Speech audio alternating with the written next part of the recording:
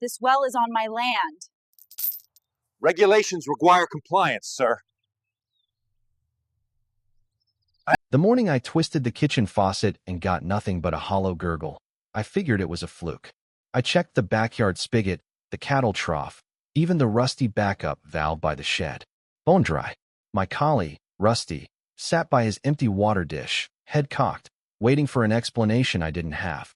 Barefoot, still in my flannel pajamas, I trudged down the gravel path to my private well. That's when I saw it. A heavy chain looped around the main valve, secured with a padlock, and a handwritten note tacked to my cedar fence. Private wells violate HOA regulations. Compliance mandatory. My blood boiled. It was 6:45 a.m., and Margaret Hensley, the HOA president who once tried to fine me for planting sunflowers, had just cut me off from my own water. That was the moment I knew this wasn't a skirmish, it was war.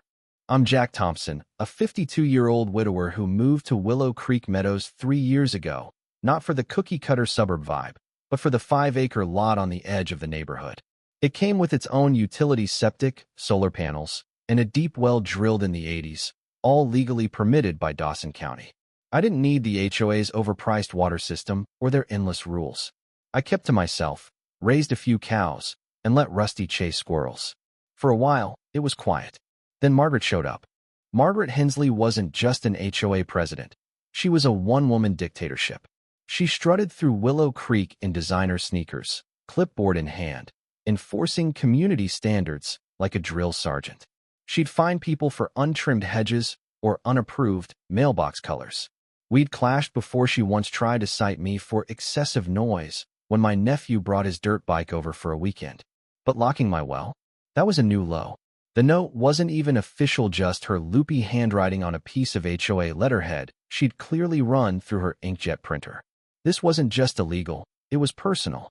I didn't bother making coffee. I grabbed a legal pad, a pen, and my phone, and sat on the porch, fury simmering.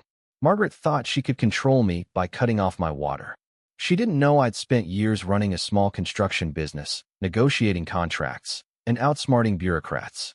If she wanted a fight, I'd hit her where it hurt, right under her perfectly manicured lawn. My first call was to the Dawson County Sheriff's Office.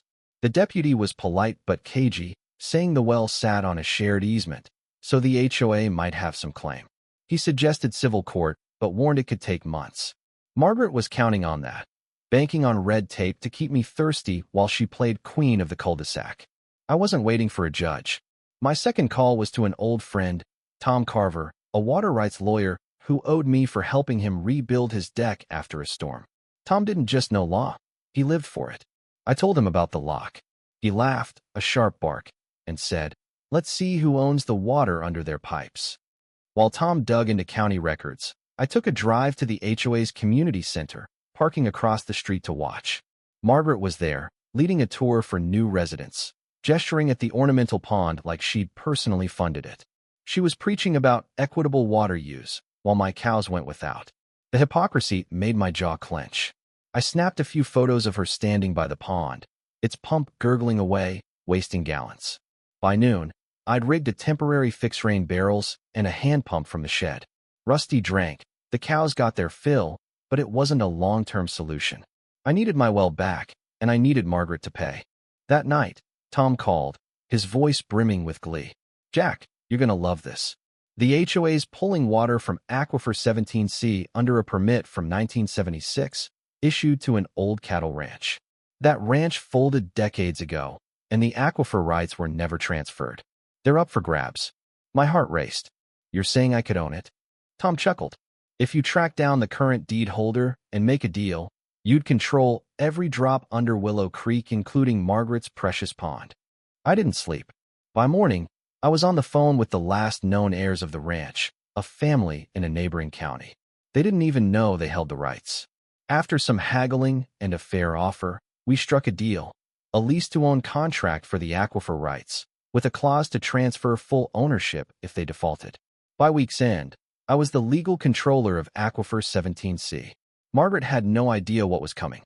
I waited 2 days, letting the anticipation build. Then, at 4 a.m., I drove to the HOA's pump station on the edge of the neighborhood. I didn't tamper with anything, just planted surveyor flags along the boundary and posted a legal notice. Aquifer 17C controlled by leaseholder. Access requires consent. I mailed copies to the sheriff, the county, and Margaret, with a handwritten note. You took my water. Now I hold yours. By sunrise, the community pond was a stagnant puddle. Margaret didn't react at first, which threw me. I expected her to storm my driveway, screaming about lawsuits. Instead, she went quiet, probably thinking I was bluffing. But by day 2, the cracks showed. The pond was dry, and sprinklers across Willow Creek sputtered. Neighbors gathered, muttering about low pressure. I watched from my porch, sipping coffee, as Margaret sped by in her golf cart, face tight. She was losing control, and I was just getting started. Tom and I met at a diner to finalize the paperwork. The ranch family had signed, and the county had registered my lease. Legally, I owned the water under the HOA's feet. While Margaret had locked one valve, I'd taken the whole aquifer. Back home, I upgraded my system. A new solar pump, a buried tank hidden under a faux boulder, and a timer to keep my water flowing. My cows grazed happily, oblivious to the chaos. Meanwhile, I tweaked the aquifer's flow, dropping pressure to the HOA's pumps by 10%. It wasn't enough to break anything, just enough to make life inconvenient: sprinklers failing, toilets slow to fill, dishwashers stalling mid-cycle. The neighborhood started to fray. I overheard a retiree yelling about his broken irrigation system. A mom complained her kid's slip-and-slide was useless. Margaret doubled down, posting flyers about rogue residents sabotaging the water supply.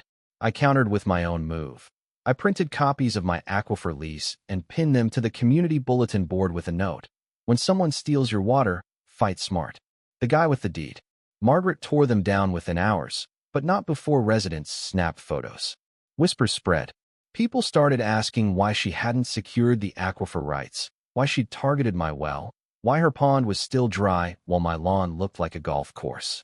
The tension boiled over when Margaret's dirty secret came to light. She had a private hot tub, a gaudy thing tucked behind her azaleas, which she claimed was off the HOA grid. But a maintenance worker found a hidden valve siphoning water from the community tanks to keep it bubbling. He recorded it at midnight, water gushing into her tub while the neighborhood's sprinklers failed. The video hit the community group chat like a grenade. Residents were livid. At the next HOA meeting, Margaret tried to spin it, blaming a plumbing error, then me, then the worker. But the evidence was ironclad. The board called an emergency vote to oust her.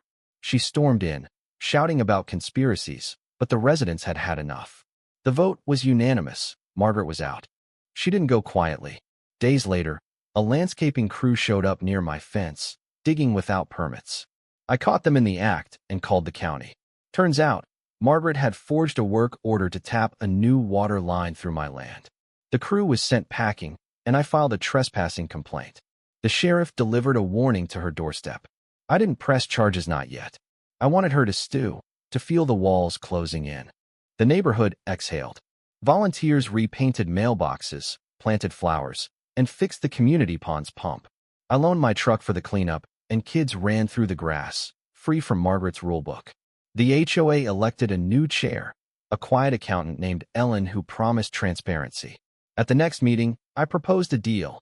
I'd let the HOA access the aquifer at cost, covering maintenance, in exchange for a bylaw banning interference with private utilities. It passed without a peep. Water bills dropped 35%, and the savings funded a community orchard and a new filtration system. Margaret made one last stab. A week after she moved out, her house sold to a young family. She filed a complaint with the state, claiming I'd diverted water illegally.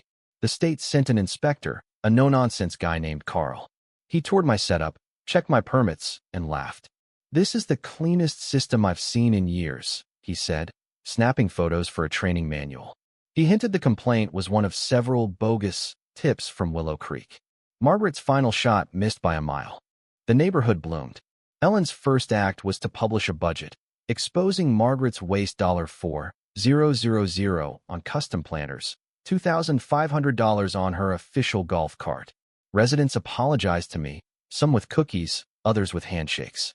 A local paper ran a story, "The Well That Freed Willow Creek," and I got letters from other HOAs asking for advice. I bought a backup well site outside the neighborhood, just in case. Rusty lounged in the yard, content. The fight was over. One evening, I walked past the community pond, now trickling again. A small plaque sat beside it, for fairness, truth, and the water we share. No names, just the words.